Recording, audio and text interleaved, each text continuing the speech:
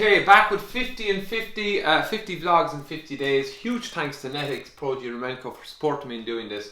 I can see the finish line now. We're coming towards the end. I got 2 requests in a very short couple of days that passed from vets to cover Mycoplasma Bovis because they're seeing a lot more of it in practice. It's a big issue, and thank you very much for the suggestion.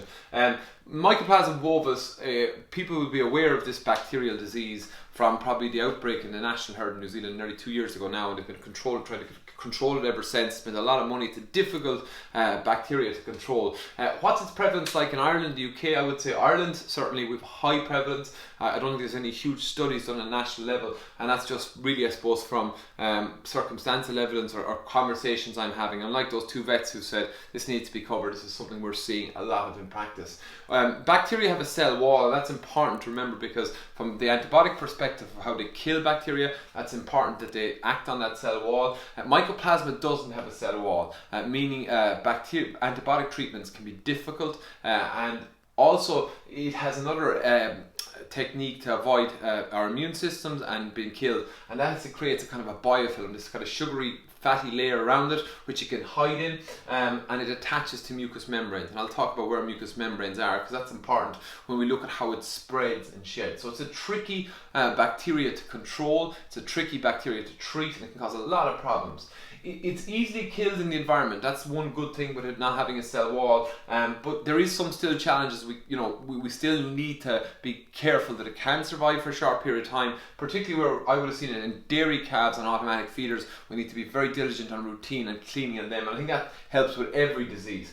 So what symptoms does Mycoplasma cause? Like most of the infectious agents we have discussed, it may be causing none but present still in animals. But typically what we'll see in calves will be pneumonia, chronic type pneumonia. Can see joint ill in calves, and we'll see septicemias in calves. And I'll talk about how it spreads. But septicemias is where the infection gets into the bloodstream, and you can get middle ear disease, so these calves will have ear drop or head tilt. Farmers will be familiar with that. It can get to the brain of animals, and that's how it spreads, and that's how it gets to the joints. So I suppose there's a lot of symptoms there. One area I will say in suckler farms, particularly where you're at weaning time, and I saw a lot of this last year, are similar symptoms that I would associate with, where you're buying in weanlings in the suckler system. Mycoplasma can cause issues with joint issues again, but seems to be a factor with pneumonia in weanlings as well. In our cows, particularly our dairy cows, it can occasionally cause pneumonia.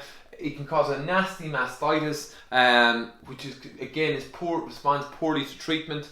You can see an increase in clinical mastitis, which is visible symptoms, or it can be involved in cell count. It also can spread throughout the cow's body from the mammary gland and cause joint problems. You can see the 2 of these together, and sometimes you can see these separately. Now the symptoms of joint ill, it can often affect 1 or 2 joints. It can be the knees and the hock joints, and of course differentials for that, particularly indoors, is a comfort and lying issues, but they can get quite lame. The condition lasts for 3 to 4 weeks. There's quite a bit of swelling in the joint. Again, extremely difficult to treat. And occasionally in cows it causes abortion, been reported in cases of blind quarters and heifers, and eyes as well it can affect. But the main ones really for cows are mastitis and joint ill. In calves it's pneumonia, joint ill, and this bloodborne infections we get with it. And weanlings, my experience is pneumonia and joint problems. So it is a big problem. As you can see, there's a number of symptoms. So I suppose what I want people to be thinking about is this something we're seeing on farm? We need to be very conscious of Mycoplasma. I know there's lots of disease issues on farm, and if you don't have it, how can you buy it in? It survives poorly in the environment. So the big way of buying it in is bought in stock. A big factor with Mycoplasma, if you look down this very badly drawn ruminant animal, it could be a calf or a cow, is the bacteria survives in the mucous membranes, which is the soft tissue inside the mouth, the back of the throat, the tonsils, and it can lie there dormant, and stress will often be a factor. When I've looked at Mycoplasma outbreaks, some stressor can be a factor. And if we think about weanlings in a suckler system, transport can be a big one. Stressful weaning can be a big issue. Now, we'll talk about treatments, but that's a big factor where we see weanlings bought in. I've seen a good few cases of it in the West of Ireland last year where weanlings are bought in, very poor response to pneumonia signs, bit of jointal issues as well. Again, at calving time with cows, that natural immune drop I talk about in the dairy cow, that can be a trigger. And in calf, calf health, anything that causes stress in the calf health system, if colostrum's not been managed right, that can open the door to mycoplasma. So it's a frustrating disease. If this is the throat here, it often resides in the tonsils and calves. It can spread there to the ear, to the brain, and often to the lungs or the joints through bloodborne infections. When it goes to the lungs, it typically goes down for proliferation along mucous membranes, but it can get into the blood. In cows, again, it can be in the mammary gland. It can shed out to joints through the blood. So there's a number of areas it can affect. How is it spread from animal to animal? I suppose most likely sources that if it's in the respiratory system, aerosols or vomit, so any liquid that's coming from the nose or mouth can potentially shed it. Again, if you look at mastitis, it can be spread like any pathogen during milking, so your routine for milking is really important. And one big thing to remember is with calves that if we're feeding them mastitic or waste milk and we have a mycoplasma issue, and we look at some of the issues that can be combined here, it can be a real problem. So that's another reason why mastitic milk is a real challenge for calves. So I suppose it's spread by aerosols. It can still be spread by equipment. If you think about calves and we're using stomach tubes and we think about the mucous membranes, these soft tissues inside the mouth and the throat, and if we're using stomach tubes on calves that aren't sick, but we're not washing them between calves, we do risk bringing infections between animals. And anytime we're looking at equipment with mycoplasma, certainly it's simple cleaning, hot water and disinfectants will kill it. Okay, but it needs to be an overall plan.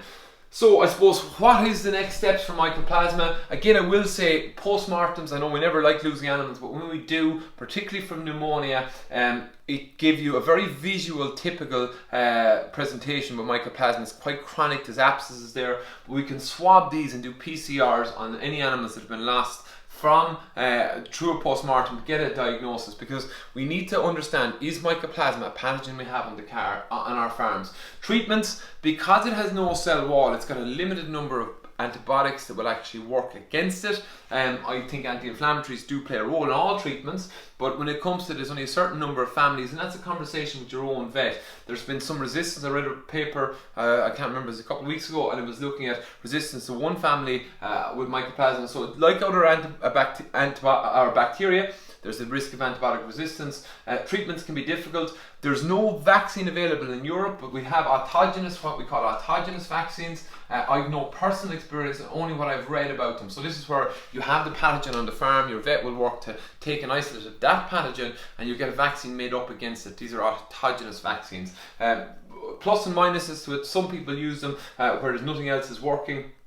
I suppose the challenge with mycoplasma is when animals recover, they could be still shedding and spreading, so it's a difficult disease to control. But we need to look at making a better job at making a diagnosis on to see if mycoplasma is the pathogen. We can certainly go by the clinical signs.